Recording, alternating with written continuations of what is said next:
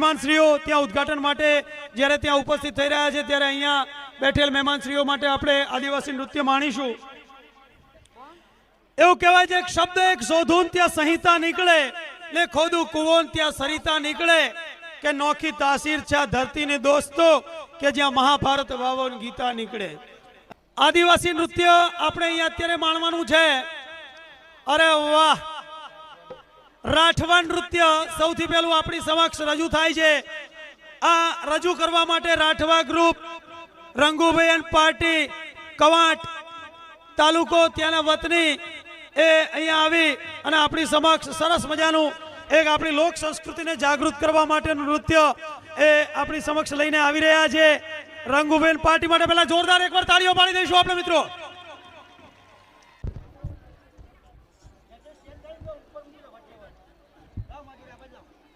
આપણે આ કાર્યક્રમમાં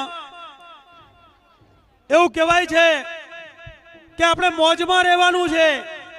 મોજમાં રહેવું ભાઈ, મોજમાં રહેવું।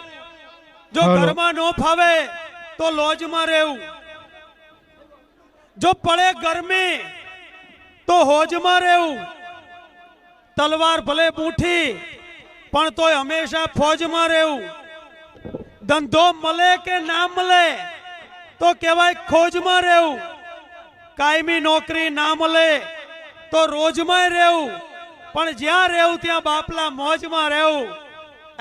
તો આવા આપણા જે કલાકાર મિત્રો અહીંયા પોતાનો સુંદર મજાનો કાર્યક્રમ લઈને આવેલા છે, તો એ કાર્યક્રમને આપણે માણવાનું છે અને આપણે મોજમાં રહેવાનું છે અને એમના માટે જોરદાર તાળીઓ પાડી અને એમને આપણે એ વધાવી લેવાના છે।